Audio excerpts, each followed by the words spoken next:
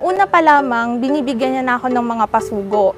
At dun sa mga pasugo, nabasa ko na sinasabi doon na ang Iglesia ni Cristo talaga ang true church. Kaya doon ako nagkaroon ng curiosity.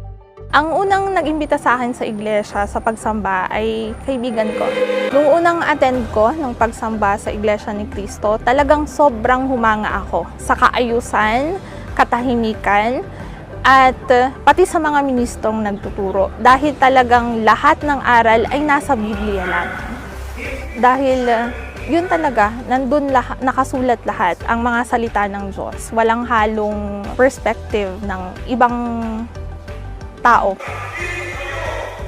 Well explained talaga kasi yung nagdoktrina sa akin. Talagang na-explain doon na iisa lamang ang Diyos, iisa lang ang tunay na Diyos. At si Jesus Christ ay tao talaga. Mabilis ko naman itong natanggap kasi well explained nga siya, tsaka